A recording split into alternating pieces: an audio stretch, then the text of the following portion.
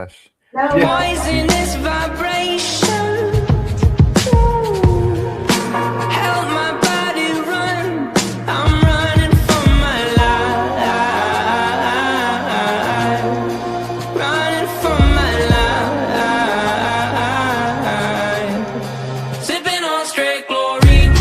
Let the vibe slide over me. This beat is a chemical. Beat is a chemical. When I leave, don't save my seat. Need your pressure washing supplies fast?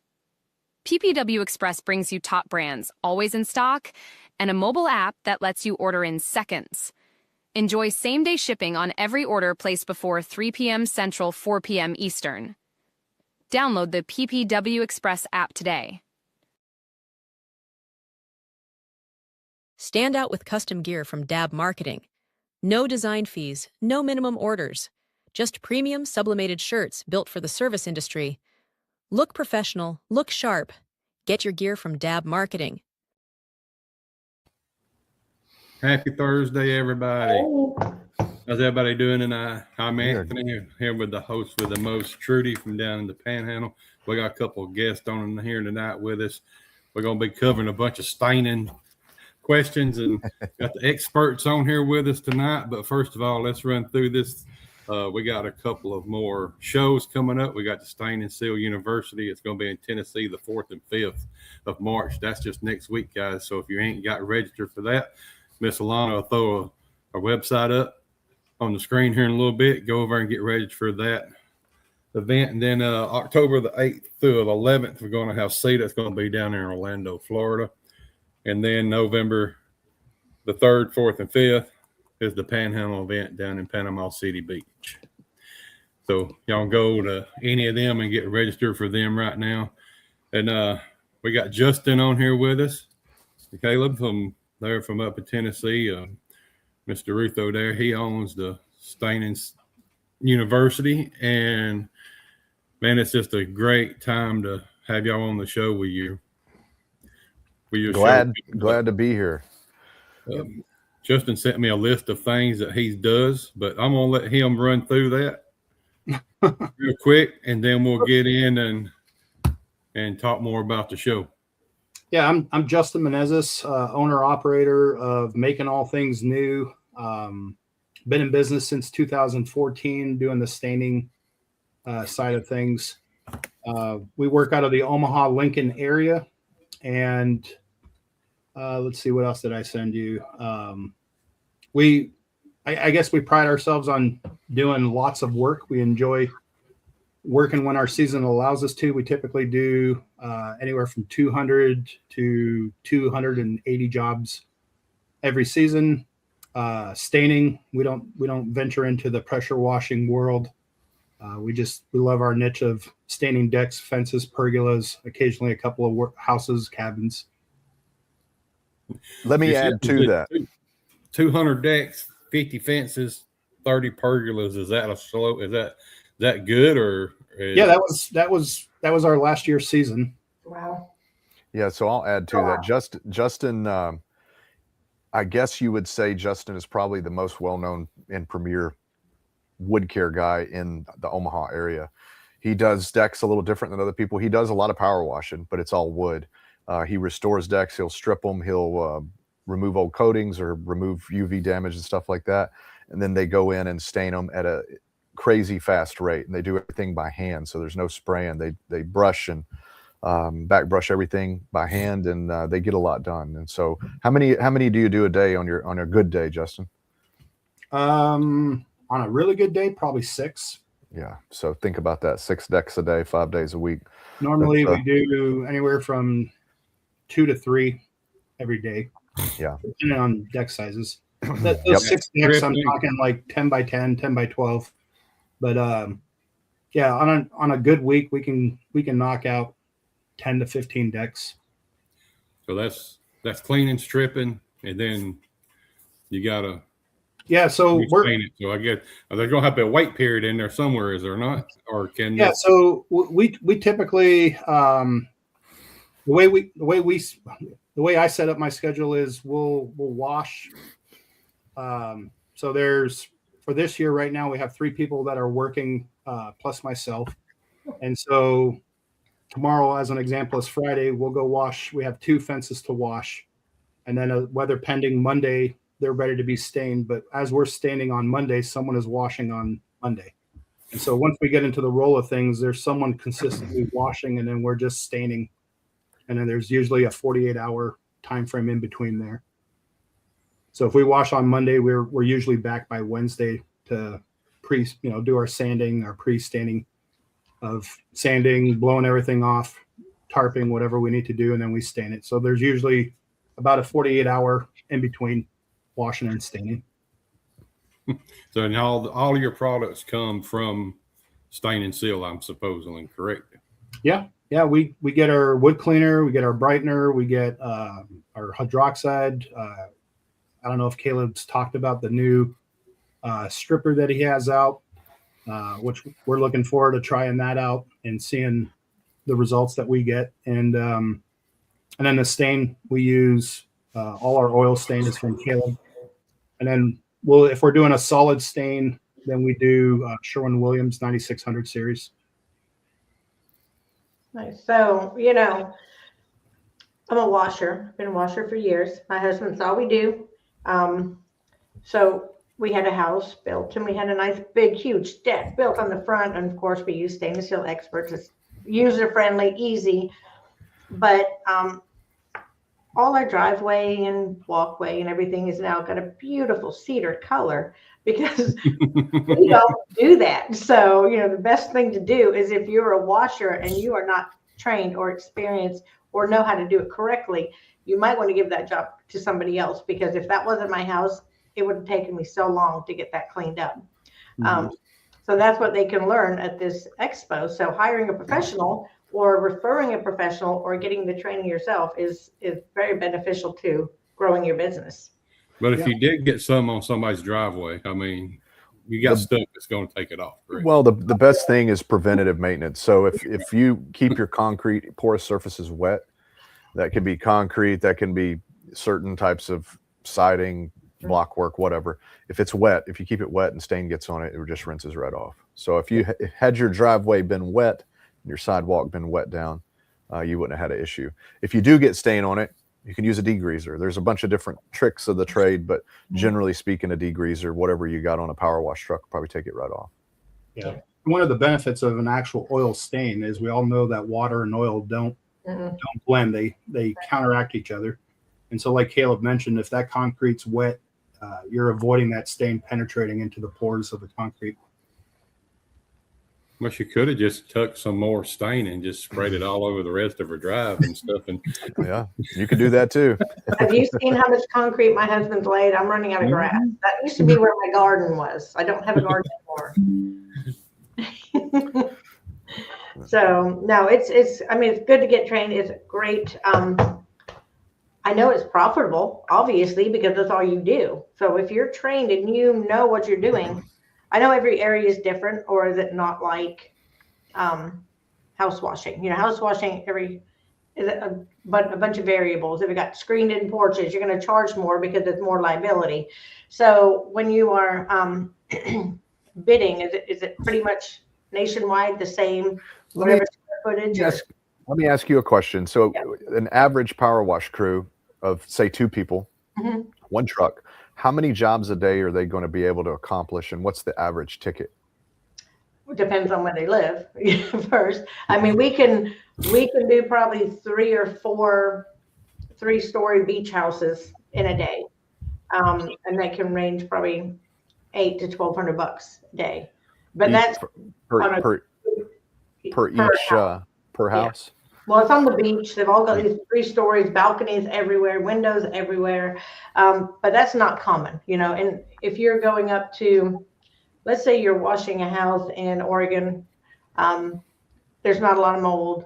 There's pretty much ranch styles. You don't have the fancy, you don't have, all that stuff. So, I mean, houses are probably 304 each, and they could probably do 3 or 4 a day. Okay. So anywhere from 4, 8, 12, 16. So anywhere from $1,500 to $3,200 a day. In our market in Tennessee, you're looking at about somewhere around an $1,800 average ticket, and the average job, average crew can do 2 of those a day. Nice. And so, what about your market, Justin? Yeah, last year we averaged 1750 Yeah. per So, job. So and if we do you're- 3 jobs, we're looking little over 5,000. Yeah. yeah, and if you're running a 50 to 70% margin, which is common for fences, more common to be around 50 or 60, decks Yeah. 60 to 70, you're making pretty good money. Yeah, that's good. And it, Cool. I mean, it's, I'm not saying it's easier. It's, you got to be trained. It's a niche that you have to focus on. It's not like jack of all trades. do all I would that. say it is probably less competitive than power Yeah. washing, especially in Florida. Your market's pretty competitive, Justin. Omaha's a big stain market, so Nashville has become competitive, but generally speaking, it's in every town there's probably a couple hundred power washers. There's probably a dozen or less stainers, so Yeah. a lot less competition. And if you're in the right market, every house has a deck, every house has a fence, every house has something wood, especially when you get around the lakes and in the mountains, you got cabins. So it's kind of a underserved market. I would say it's 10 times more underserved than anything else that I know of, really. Yeah, I would agree. Because we've got a lot of pressure washing friends that we will switch off referrals and work. And the biggest complaint I hear is just the low balling, which happens in our industry, but No, For, that's everywhere. washing it seemed like it's a horrible, one guy might be charging 15 cents a square foot compared to the market saying 25 or 35 cents. I don't know what it is, but just, as an example. But yeah, I mean, I don't know what makes people want to race to the bottom. I don't know. I think a lot of it is unintentional. So a lot of guys get into business and they don't know what to charge. Some people come into the business and, I grew up in the fence business. I knew how to quote. I knew how to figure my cost. I knew all that. And so when I went into staining, I could understand how to quote properly. But most guys, if you worked for the post office and you started a service business, you really don't know where your price needs to be unless you call some guys will call and get a couple bids over the phone or something, but you don't know if they know their numbers. So one of the things that we teach at Stain and Seal University is how to bid and how to understand your margins and how to understand your cost. And then excuse me, we also recommend that after the job is done, you do a job costing. So if you quoted it and you were trying to hit a 55% profit margin, but you completed the job and you hit a 35% margin, you catch it the same day. You can adjust your bids moving forward. And so I think that's the important thing. If, a lot of guys at the end of the year and when they turn in all their receipts and they pay their taxes, they find out they made $9 an hour. Right. Yeah. And Yeah. so, and so they're just living on cash flow. So the idea that we like to teach is to show you what your costs are and then how to grow a sustainable business and run it on a margin that will allow you the cash flow to grow your business, take care of your family and take care of the families, the people that work with you. Justin does a really good job of that.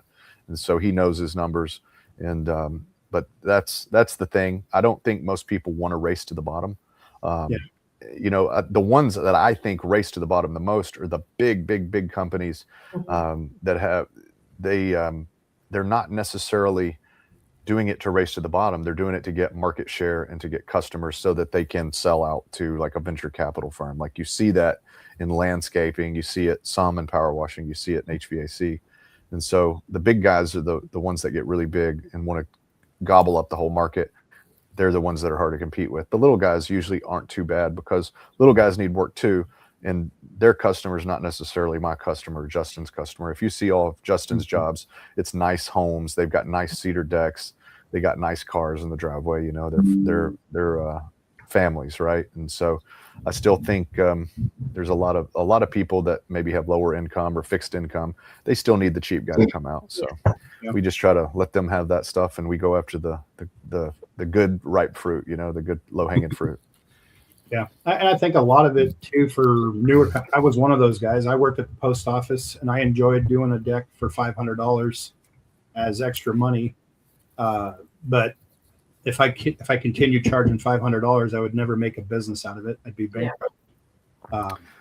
But yeah, and I think like for myself, just being part of the community and not being afraid to ask questions and finding, for every bad apple, you're going to have 8 or 9 good people who will be willing to listen to your questions and educate you and help educate you, as long as you have some humility to realize, you're not doing things right, and accept advice and direction from those who are experienced, who went through the same mistakes and learned from it. Yep. And so, I talked to a guy today who stained last year, and he lost $3,800. He didn't make any money. He ended up losing money, and he had the humility and the courage to call me up and introduce himself to me and tell me that he's been bidding against me and what happened last year and how he could fix it. And he's like, I know you might not help me out. I am a competitor. And I'm like, you're not a competitor. You're just another company offering the same services. We can be great friends, and I've got no problem sharing what I know with you, because anybody can chat GPT today. Anybody can YouTube.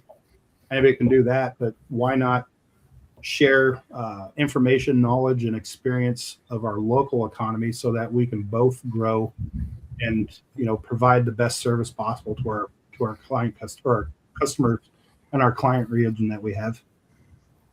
I forgot that you worked at the post office, so my example was You great. just jabbed him, didn't you? Yeah, I was your postal carrier who raced through the streets to get his route down in 4 hours so he can spend 3 hours staining. Yeah, I imagine you made a note of every deck in the area when you were running your route. I see in a lot of groups where, we talk about door hangers, and I hear a lot of people talking about mailboxes. And it wasn't until I worked at the post office that I found out that that's a federal felony.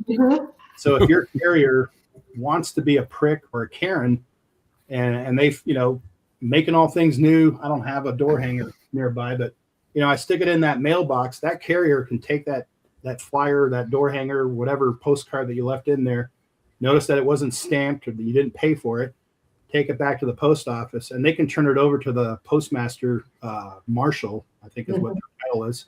And they can open an investigation and find out if you're consistently doing it, and you can be facing federal felony charges. Wow. And at best, they're gonna charge you shipping on every single one. Yeah. And so if they find one, because I know one case of a roofer here in Lincoln, it happened. They found in multiple occasions at least 1 or 2 throughout the neighborhoods, and they ended up settling with him to pay 15,000 mailers because of the area he was in. They estimated that either we take you to court and have a judge find you guilty or not guilty for a felony, or you can compromise and pay for 15,000 mailers the price it would cost you, because there's no way of proving you didn't do it, and there's no way of proving that you did, but you're fighting the post office. It's the chance you're going to take. Well, I'm sitting here with these illegal buckets from the post office. They gave them to me. They gave it to her. Yeah. These are my every door direct mail. This is legal. Yeah. I paid for my shipping. And so we've made every mistake you can think of. Yeah. And I'm not too prideful to say that. We've put them in the mailbox. Well, And we've had the postal service, hey, we found your mailer. Just so you know, it's illegal. Please don't do it again. Next time we find it, then we're not just going to give you a warning call. But we went from that, and it's easy and quick, to just putting it on the door.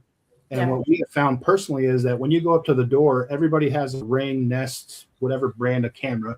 And a lot of times the homeowner will, whether it's from work, whether it's from wherever, they'll ask you, what are you doing? Hey, we're here with Making All Things New. We're in the neighborhood doing some work, and we just thought we'd drop off a door hanger, let you know that if you need a deck that's pergola washed, we're working in your neighborhood, and we just want to introduce ourselves.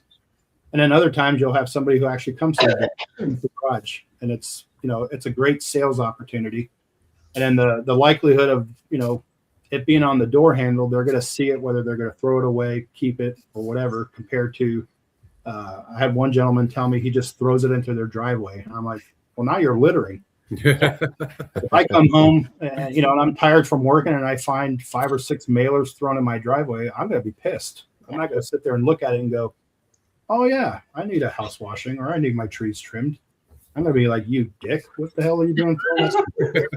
I've had that happen to me with Yeah. my rig sitting in the driveway and come in from somewhere, and I noticed there was a piece of paper that was rolled up with a rubber band around it. I said, "What is that in the driveway?" Well, I got it, looked at it, unfolded it, and it about the size of a door hanger, I guess, and it had all the information and stuff on it. And I thought, no, you just littered up my yard.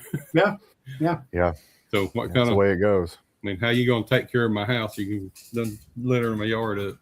Well, yeah, and then if you have like an HOA, and you do that to like my son Christian, he loves door hangers, and he's had homes where he's delivered 100 of them. And so if you're the kind of company that's throwing them into people's driveways or yards, you've now just littered 100 homes. Mhm. And if the wind grabs them and blows them, one neighbor may have 50 door hangers sitting at the end of the street, sitting in his yard. And that bad word's going to travel quick. And another thing, people have these stencils, and in some counties, that's called reverse. What is it? Not tagging. Graffiti, I guess. Graffiti, yeah, reverse graffiti. And people's like, why? We're leaving it clean. I was like, but you're still damaging. I mean, you're making it look bad. So now it looks even worse than it did before. But everybody's like, oh, I'm going to get one. I said, well, you better check where you live, because you start doing that. Well, no, we'll come back and clean it. I'm like, so who's going to see it? You leave it long enough for somebody to see, then it's a nice concept, but you can still get in trouble. Yeah, guerrilla marketing. Yes. So, Caleb, I had I do the industry paint issues. I've been doing this for years. I think you've seen me at one of my first classes that I taught. Yeah. I was scared and nervous, and nobody could hear me because I'm a little Minnie Mouse voice. But I had a local guy here that washed the house, and it changed, but it also changed the deck, the stain on the deck. And I know your product does not do that. You're probably talking about a water-based type product. Probably. Yeah, that's similar to the chemistry of the paint. Yeah. So we've washed our house, but it needs washed again. I keep telling my husband, hey, we got all these rigs out here. We got 5 trailers. I got mold on my house. Let's go. So, and we've had your stain on there since we built the house. As I think 3 years now. And we've washed it probably every 6 months because we have to, because we live in the mold capital of the world, I think. Here with all this stagnant stuff. It should be the state flower. I always tell people mold should be Florida state flower, but it hasn't faded, it hasn't damaged, it hasn't done anything. So the quality of your product and just for you giving the knowledge out how to use it correctly is just, I respect you for that, and I applaud you for that, because I like to inform and educate people on anything we sell. And I've called you guys quite a bit because I'm like, hey, I've got a customer, this, and I'll get answers before I sell a product, because I don't want them going out willy-nilly damaging something. So for you guys that do the same up there at Stain and Seal Experts, I know I hear it all the time. And if I don't know the answer or I can't get a hold of somebody, I'm like, hey, call them. They've got a phone number, you can call them. But so I appreciate you for that. But can we talk about the event? Can we pull up the schedule and see what's happening there? Yeah, we sure can. And what's going on? Oh, there it is. Look at that. There we go. Look at that. Look how prepared we are. Yeah. So it starts next Wednesday. The doors open at 8 and classes and things begin around 9 o'clock. And as you can see, we're going to talk about, kind of an introduction to the industry. We're going to do a hands-on fence staining class. And then we've got a keynote speaker, Tom Camacho. He's going to kind of, it's a keynote speech, but we're talking about building a business to last, growing a business that endures. He's a best-selling author, so it's going to be a good keynote there. We got lunch in the trade show floor. In between each one of the classes, the trade show floor will be open, but we'll have specific time around lunch for everybody to get in there and see that. From 1 to 2, we've got this industry and business 101. So basically, this is where I'm going to tell you about the staining and the wood care industry. I'm going to get you excited about it, talk about the numbers, talk about the growth, talk about the opportunity. Then we're going to do a hands-on deck staining class. That class will be indoors. We've got a bunch of miniature decks made with miniature decks with full-size decking boards. And so we're going to show hands-on how to do those and let everybody do it. Justin's going to be a big part of that. and he can probably stain those 4 decks in 5 minutes. And so we'll see how that goes. And then we're going to do a question and answer panel, and that'll be there's some names here on the list: Justin, Tom, a guy named Chris Johnson, who's a very, very technical cabin stainer. Sean King's a fence installer, big business coach in the fencing world. And then at night, from 5 to 8, we've got kind of a big pavilion. We got a fire, we've got barbecue, and a mobile cigar bar for all you cigar aficionados. So that'll be day one, and it'll be jam-packed.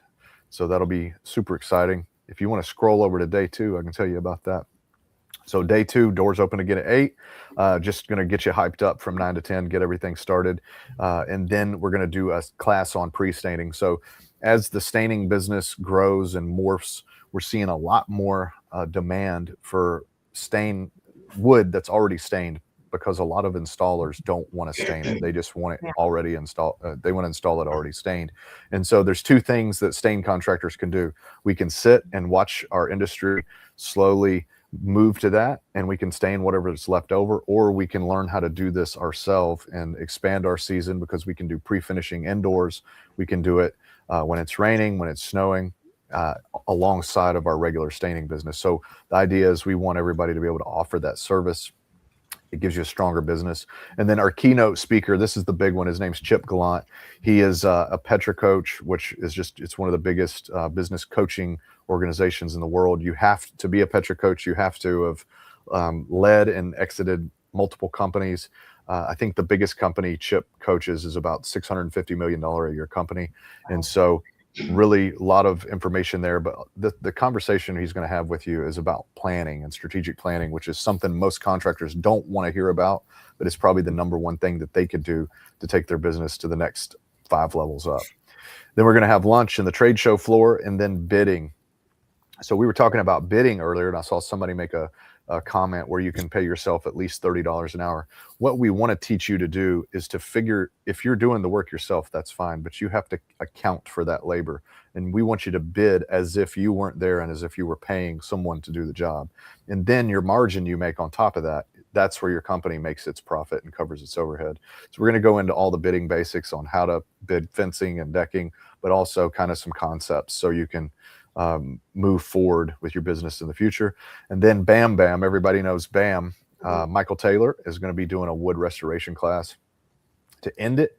And then, or to end it, we'll do a Q&A panel where we just get everybody. There'll be a lot more people up there than that. But we'll have a Q&A panel, and those questions we have to shut it off. There's so many questions, we can't get to all of them. So that's that. While this is all going on, there's going to be plenty of food trucks there. We're going to have indoor and outdoor booths, indoor and outdoor hands-on training. We will have a bunch of podcasters will be there and broadcasting live the entire time. So that'll be fun. So hopefully a bunch of guys will jump on those podcasts and get their name out there, and that'll all be streamed on the internet. It'll be on YouTube. It'll be on all the places you find podcasts. So it'll be a lot of fun. And the best part about it is meeting like-minded people that you can call on in the industry, and then hopefully somebody that can mentor you. Because if you're in the room, there's going to be somebody bigger than you there, and those kind of people will help. And so you can get tickets. We've got hotel rooms blocked off, so you'll be able to get a room, and it's close enough to the airport.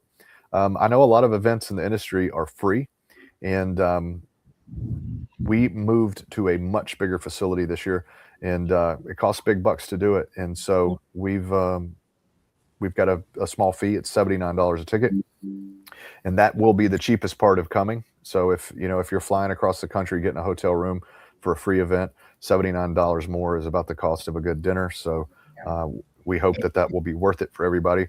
But when you do come, you're going to get a big bag full of goodies. I think there's about $150 worth of value in the bag you get. So that'll cover your ticket cost, if nothing else. And then that's going to be kind of the show. So we're excited. I know we got Ford trucks will be there. Graco sprayers will be there. All kind of other vendors will be there too. So you can see the cool tools. Power Wash, Trudy's going to be there. There'll be fence tools there. We'll have some industrial equipment is going to be showing off there for some people that are into that. And so it'll be a pretty cool event, and super excited.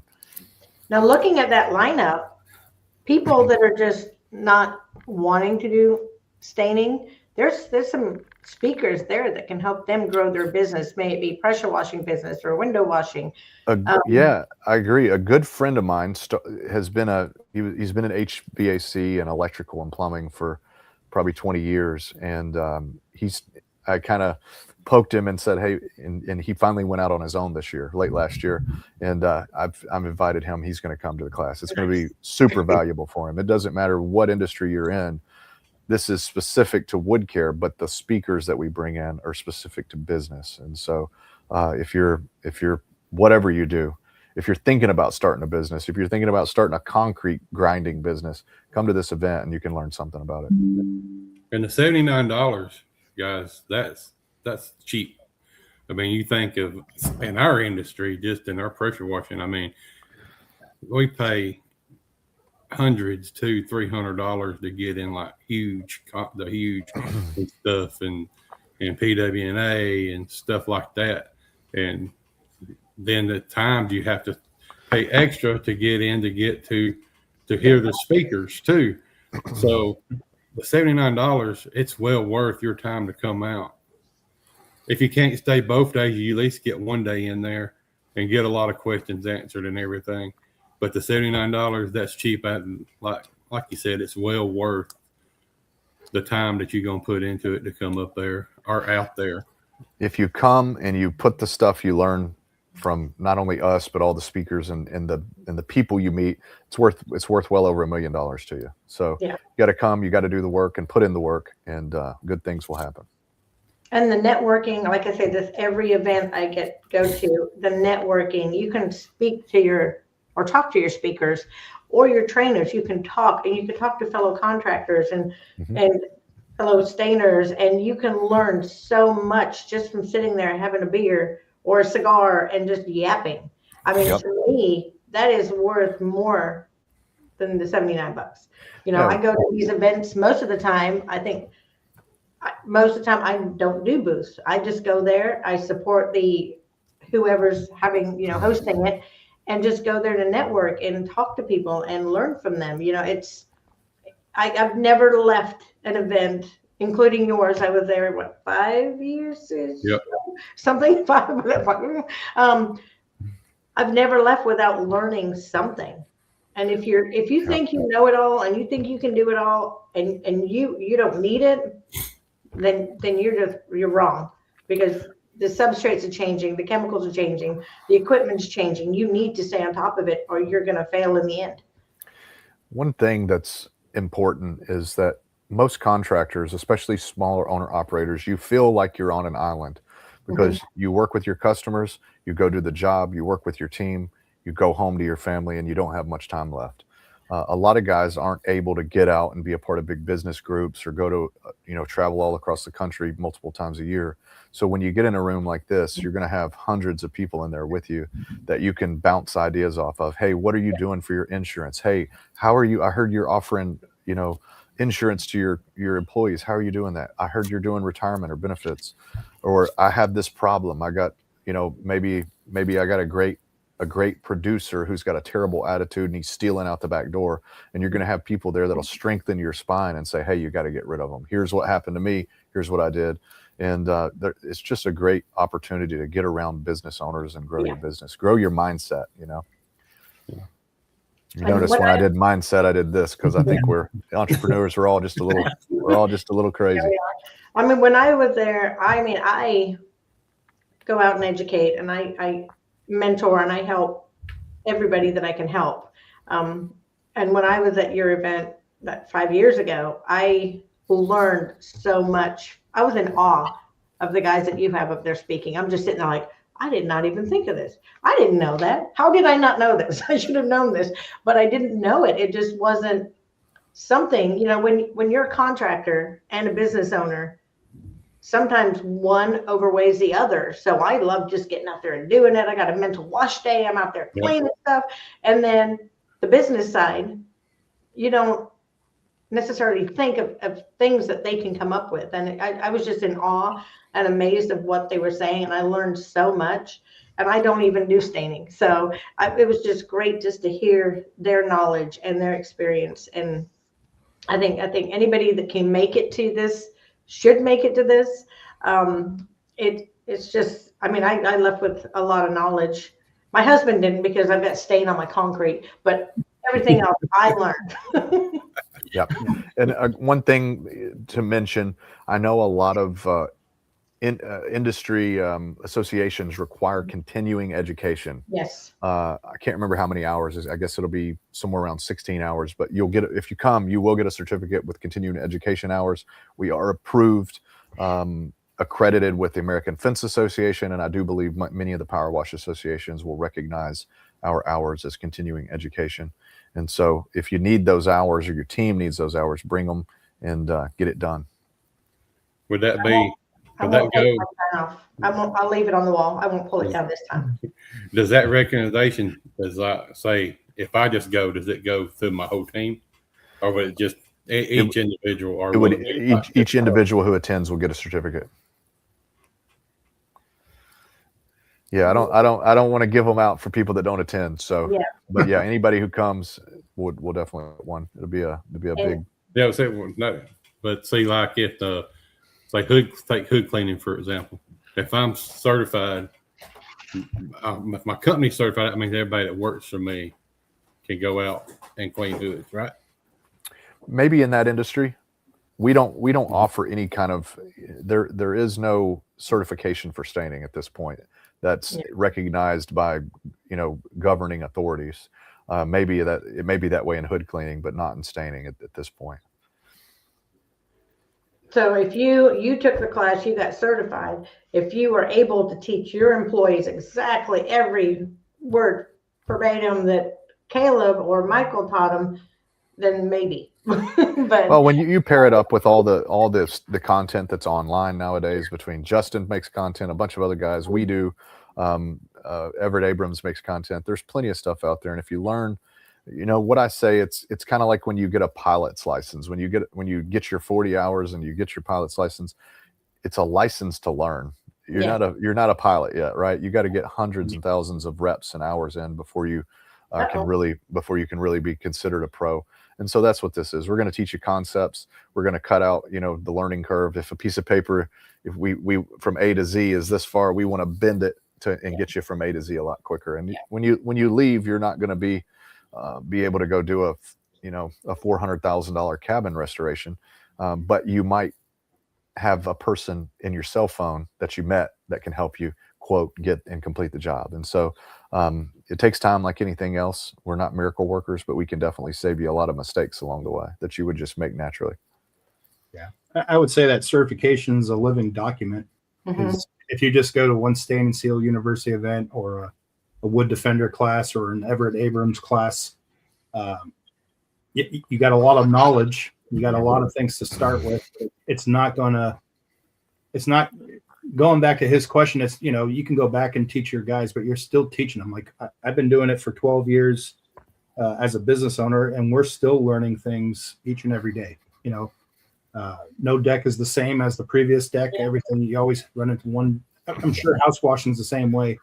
You go with the mindset of, easy day, we're going to do this, we're going to do that. And then you get to the job site and, I don't know, 30 squirrels decided to take a crap on that person's deck, and it's staying on that fresh and clean deck. And, you got to figure out, okay, do we need to rewash this? Is there a way to sand this off? Is there, so there's always, just like with the certification, you went to the class, you got it. That's just the beginning point of what you need to build off of. Yeah.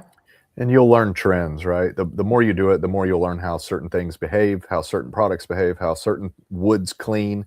Because I can look at wood and go, that one's going to be really easy. And I can look at that one and say, that one's actually going to be hard, or it's going to be fuzzy. And there's not much difference in the way they look. But a little bit of time, a little bit of elbow grease and getting your hands dirty, you'll figure that out, and you'll start to recognize things. And I think that's really important for people that have salesmen.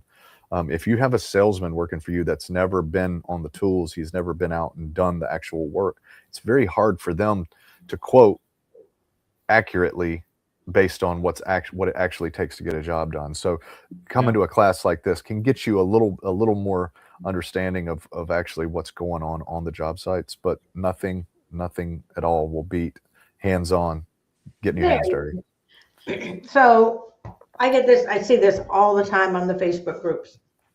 Somebody shows a picture of a deck or a fence, and they're like, hit it with 6% bleach and rinse it off.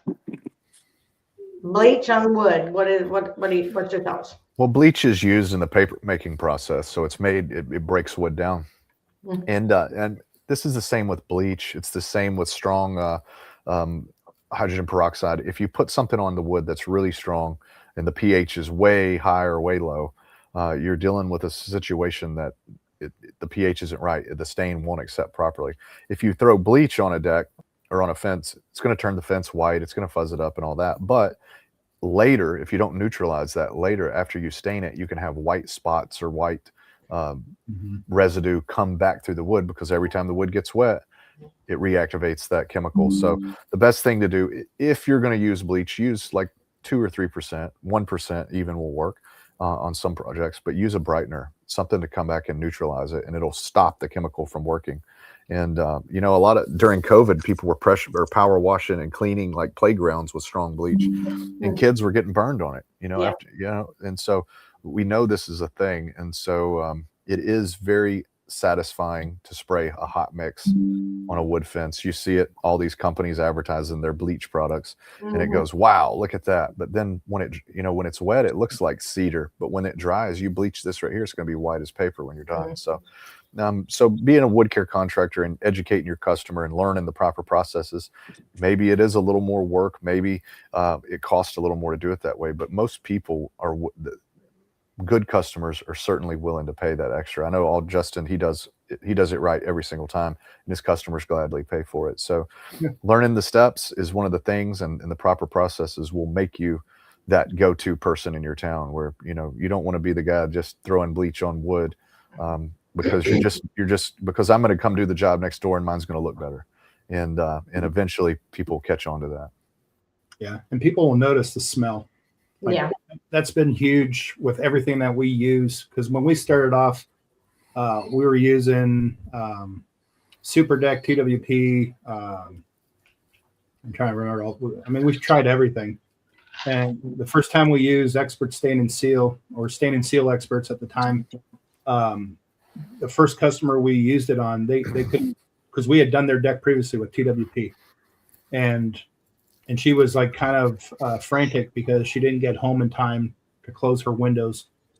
Previous time we were out there, that smell got into their house, and it took days for it to finally get out of there. The mineral spirits and just the additives that are added to a lot of these modified oil stains. And so we love the Expert Stain because it doesn't stink. It doesn't smell. It's not going to burn your skin if you get speckles or you get some drops on there. And the same thing with the cleaners. If you educate yourself on what cleaner to use, the proper amount, you're not going to have issues like the fuzzing. You know, had a gentleman ask, why did this fuzz and it didn't fuzz on this? Well, you know, what was your dosage, cup per gallon?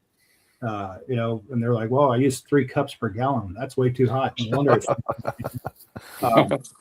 so, you know, just, yeah, it's just like the bleach. You know, I can throw sodium hydroxide that I over strengthen on something, and it's going to ruin it, just like if I over bleach a piece of wood in different ways. But with the bleach thing, my brother-in-law, full disclosure, he builds decks, a very reputable company here in town, decks, and more decks. And he's watched those WOW videos, and his first expression is, you're killing your deck, or you're killing your fence. Do you not realize? And I don't ask him, you know, are you pro bleach, anti? That's not what I'm trying to get at. Right. If someone who builds things with wood sees that WOW video of gray to, you know, like Caleb's door behind him, look, yeah, it gets that stunning effect. But in long term, you're ruining your deck, and that's what my brother-in-law says. You just killed, 2 years off that deck by throwing bleach on it like that. And then if you go 6 or 8%, like we see some of these videos where it's, you know, black, and all of a sudden you throw the bleach on there and it's like a brand new looking wood structure. He's like, he just killed that deck by half. Yeah. It's all about the tools and getting educated on what to use. You know, I downstream queen. That's all I do, downstream. You know, I mean, 99% I'm using bleach. I mean, unless it's over waterways or something else, or we don't do wood, so that's why I wouldn't do that. But having the right tool, the correct tool, and being educated on what to use on what substrate, you can then educate your customer. That gives you a step up on your co-stainer, your co-washer, or co-contractor. So just getting educated and learning what correctly to use. That way you can educate your customer. That's gonna give you a leg up and land that job. Yeah, and I mean, I don't want to sound like I'm bashing bleach or SH. There's a place for bleach. I know a contractor, very reputable contractor, who uses it a lot for maintenance cleanings, and he's doing, I think, 1%, if that, and he's just trying to kill any organics that might be there. He's not going for that wow factor, and then he throws a surfactant in there to assist with that cleaning, and so he's not over bleaching the wood with that white effect, but more of treating just like you would on a house wash. So I don't want to sound like I'm bashing, bleach. There's a place and a time for it. Right.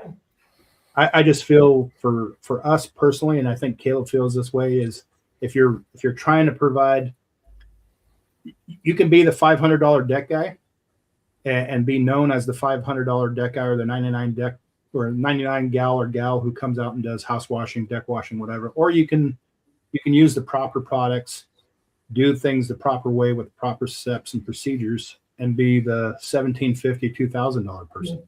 And it's not because you're stealing the shirt off the person's back, but you're taking the time and the steps and the right chemicals, the right materials to provide the best results for the best buck. And they don't have to re-fence or redeck in half the amount of time they would have if you would have doused it with 6%. Yeah. So if I use sodium metasilicate, it's considered a mild stripper, if I'm not mistaken, right, Caleb? Yes. Yeah. And so if I apply it incorrectly, like overusing it, and I don't rinse it and I don't neutralize it with a wood brightener or an oxalic acid, I can have the same risk of someone burning their feet. If you get a heavy dew, or if it rains overnight and they walk out there, it could activate it and burn the bottom of their feet like bleach would. And even worse, if it's a sodium hydroxide or a sodium potassium hydroxide, so using your chemicals correctly and responsibly is not just important to you, but to the homeowner and to your surrounding area. Yeah. So also, when my husband stained our deck and our driveway, he put in an additive, and we have not had any of those carpenter bees in any of our decks. You want to talk a little bit about that? Sure, I will. But before I do, let me just break down what Justin said about being the $1,700 or $2,000 deck guy. If you're staying in a deck for $500, you're going to have at least you're probably using a cheap product, but you're going to have a couple $100 in material and labor, right? So if you're lucky, maybe you made $100 or $200 on that job and you can't do a great job at that price because there's just not enough money there.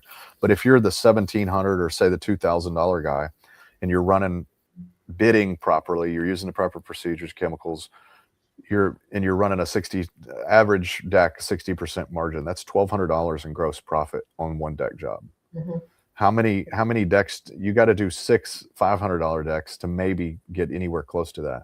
Yeah. And so the idea is bidding is working smarter, not harder. We're not talking about taking advantage of people. I mean, if you look at Netflix and things like that, it's like a 99% profit margin. We're talking about a 60% profit margin. 50% is where you finally start to come up for air and you can breathe. You can invest in your into your company. You can get the new truck every 3 years, whatever you got to do. But that 50, 60, 70% gross margin is the standard in the wood care business. And so be the guy who's taking advantage of that, because that will make all the difference at Christmas time, all the difference when it's time to look at your retirement account, you're saving, all the difference at when you had an emergency, your transmission goes out, you just go, all right, just fix it, right?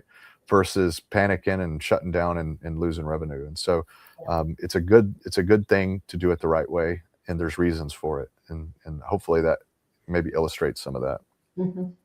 Well, and I think too often also, I'm just thinking of the gentleman who message and said $30 an hour.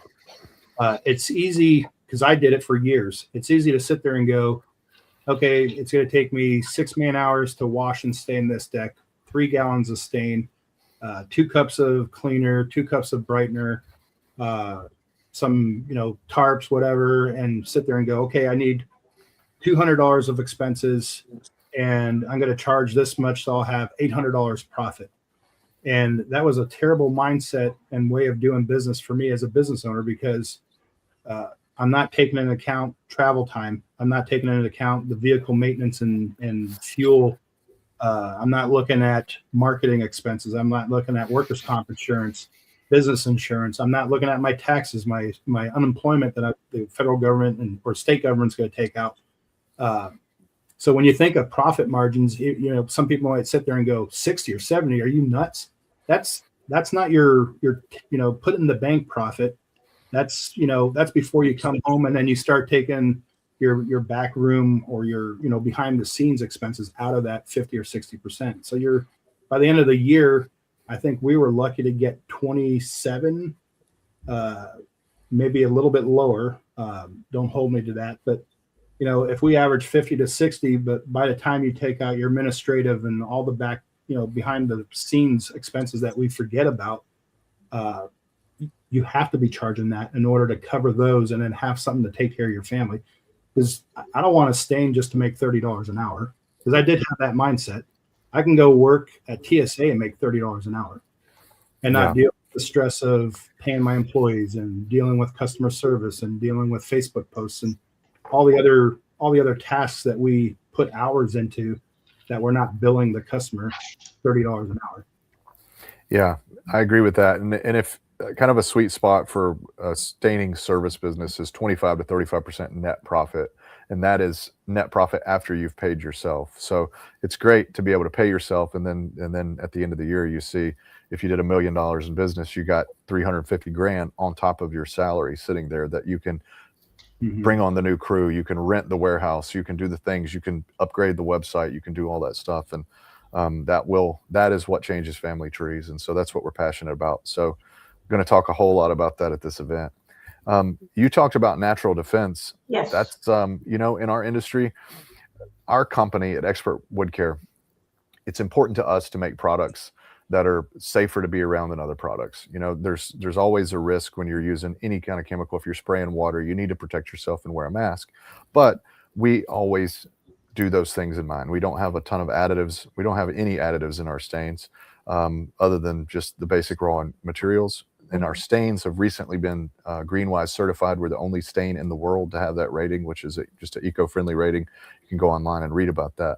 But our natural defense was kind of the answer to a lot of these products on the market that are very strong chemicals. They're poisons that kill bugs for carpenter bees, boring insects, termites. And so we made a blend of, I think it's 6 essential oils. It's pure essential oils. It's an 8-ounce container. You can mix it in stain and apply it when you stain your project.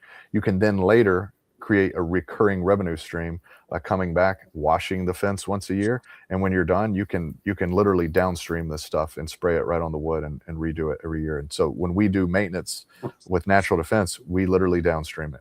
And it goes right in the wood. It can be mixed with water. You can put it in a pump up sprayer. So it's a cool product.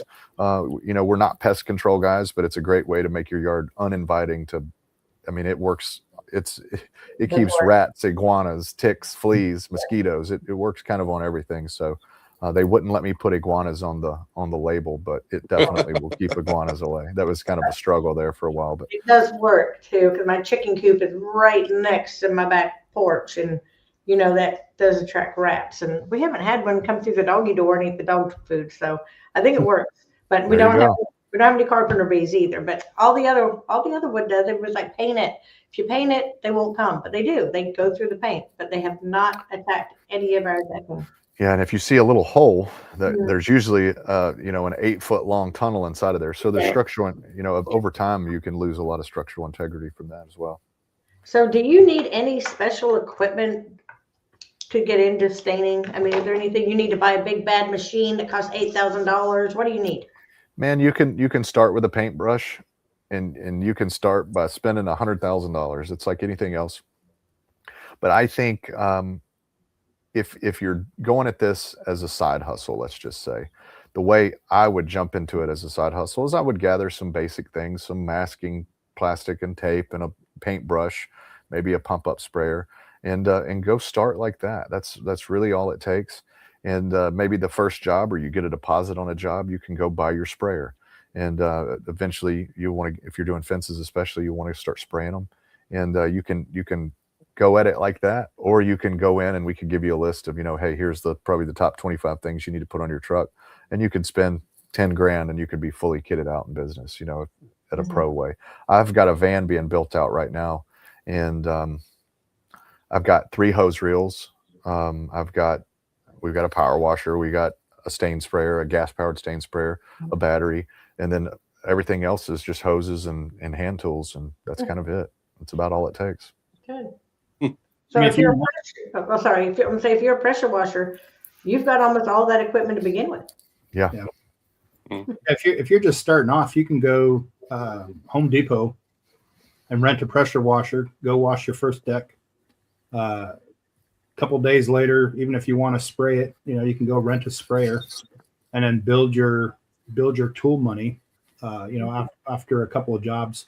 But yeah, like Caleb said, I mean, you can go buy, I have a friend who bought a 3,200 PSI pressure washer on Facebook Marketplace for $200.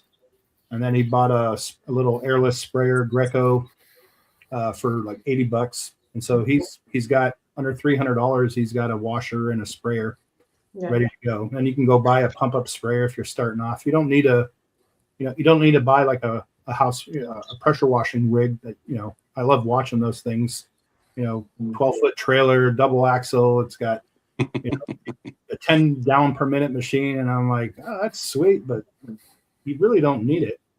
Yeah. As you scale and grow, then you're going to need all the different things. Like for us, we have a pressure washer on wheels that we drag into certain yards, because if we try to park a trailer, it would be near impossible, just the way the housing, the suburb is made.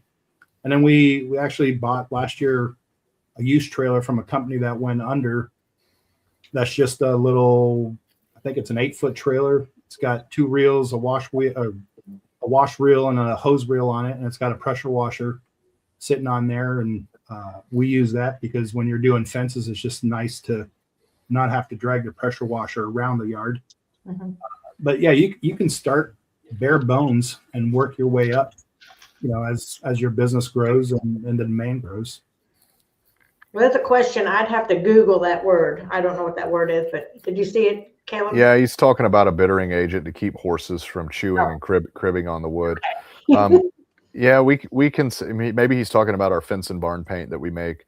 We were going to put that in there, but when you spray it, it's so irritating because it's got basically pepper in it. It's terrible on your lungs. It's terrible on your eyes, and it's just not fun to spray. So we don't mess with anything like that. It's like pepper spray yourself while you're in a barn.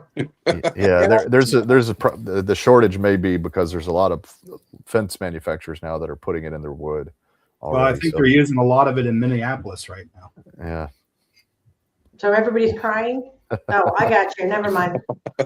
I just went whoop and came right back down. I got you. Anyway.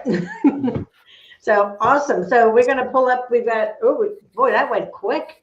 It's almost an hour. Man. We want to pull up the schedule one more time and where they can register to come see us. We're all going to be there, all 4 of us. Yeah, so go to staininguniversity.com. All the information's there. If you want to attend the event, if you want to be an exhibitor there, if you want to be a sponsor, all of that information's available. All of our exhibitor booths are sold out, but there is next year, and we've got a date already selected for next year. There is probably still 1 or 2 sponsorships available if somebody wanted to jump on that at the last minute. But again, we're going to learn business. We're going to learn planning. We're going to learn how to clean wood, how to stain wood, how to do pre-finishing. We're going to see tons of Q&A answered from experts in the industry, and then plus all of the expo people there that'll be showing off tools, equipment, things like that. Ford trucks, Titan, Graco sprayers, things like that. Trudy, you'll be there. You'll have all kind of power wash stuff there. I will. Yeah. I'm going to be there. We've got a booth. We're going to bring a skid that we just built. We're going to bring all those fancy little gadgets and stuff, and stuff you can use both in both realms of the washing and the staining. So we'll have all that out there, and I won't bring my stainless steel experts chemicals because they're already going to be there. So Yep. So I don't know if you've got, I'm sure they've been in contact with you, but the load in is from noon to 5 p.m. on Tuesday. And so if you're going to park inside, we need to get you in there early. yes, And that'll be great. coming the night before. We're coming on the 2nd. Perfect. We'll be there. I think we're like 3 miles from we got Yeah. So if VRV you can, right there. if you can get there before 5, we can get you set up before. Oh, we'll be there the first thing in the morning, so then we can enjoy the rest of the day. There you go. Yeah, it's going to be fun. It's a great event. Last time we went, it snowed. It was not very. It was cold. It was snowed and cold. It was snowed and cold, and it's Floridian people and Alabamian people. We don't have the attire for this. It's going to be Well, yeah. 71 and 72 degrees and beautiful. sunny. So it's going to be nice. Perfect Thank weather. you. Cool. Yeah, the guys from up in Minnesota will be down there in shorts and tank tops. Yeah, I know, right? They're I'll in be- shorts and tank tops when it's 30 degrees. I'll be in a hoodie. It'll be cold for me. But anyway, thank you guys for being on here. And Justin, did you want to say anything before we got done? I will say something in humor towards the Caleb's natural defender thing. It does not take care of Karens. Oh, Oh. We're no. working on that, Justin. Yeah. Give us another 6 months.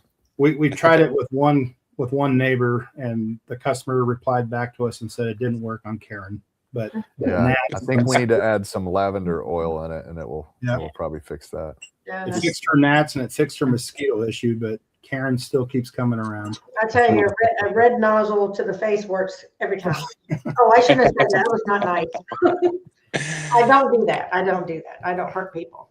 Well, just- if anybody wants to find out about the event, you can come the day of the show. You can get a ticket at the door, but we encourage you to call ahead and call our office. Our phone numbers all over the place. It's 615-785-1861. We got people standing by to take your phone call if you got staining questions, if you got product questions, if you're using another brand of stain and you're in trouble and you got a question about it, we'll help you with that too. If you want to get your ticket, get there. If you want to become a pro partner to work with us as a contractor, I recommend doing that. Justin's been a pro partner for years, and come see us right outside of Nashville next week. Hey guys, get over there and get registered to get in here Yep. at the Stainless Steel University. It's going to be a great time. Come out, fellowship with everybody, do some networking, contact with everybody, and we're going to have a good time. There you go. And we're giving away a Graco sprayer. I haven't mentioned this, Oh, but yeah, we got a Graco sprayer somebody's going to go home with. Well, wait, I'll definitely pay for my husband to take the classes because he needs them. There you go. He doesn't watch me on here, so it's fine. I can say that. But if he does, never mind. We'll just leave it. Hi guys, we'll see y'all next week. Thank y'all so much. Yep. Thank you. Thank y'all. See you Wednesday. Bye. Thank you, Justin. Thank you, Thank Ken. you. Appreciate it. You're welcome.